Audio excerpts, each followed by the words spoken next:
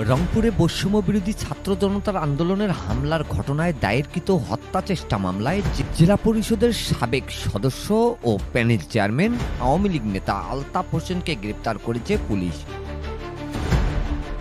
গ্রেপ্তার আলতাফ হোসেন কাউনিয়া উপজেলার হারাগাছ ইউনিয়নের নাজিরদহ গ্রামের মৃত ফরিদুল ইসলামের ছেলে এবং উপজেলা আওয়ামী লীগের সদস্য।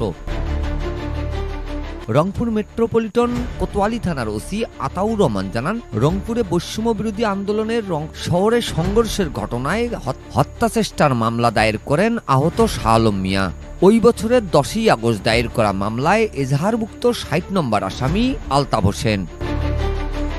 গোপন সংবাদের ভিত্তিতে বুধবার দিনগত রাত 1:30টার দিকে রংপুর মহানগরীর কামাল কাসনা খানপট্টি গলি থেকে আসামি আলতাফ হোসেনকে গ্রেপ্তার করে পুলিশ। মামলায় গ্রেপ্তার দেখে বৃহস্পতিবার তাকে আদালতে পাঠায় থানা পুলিশ।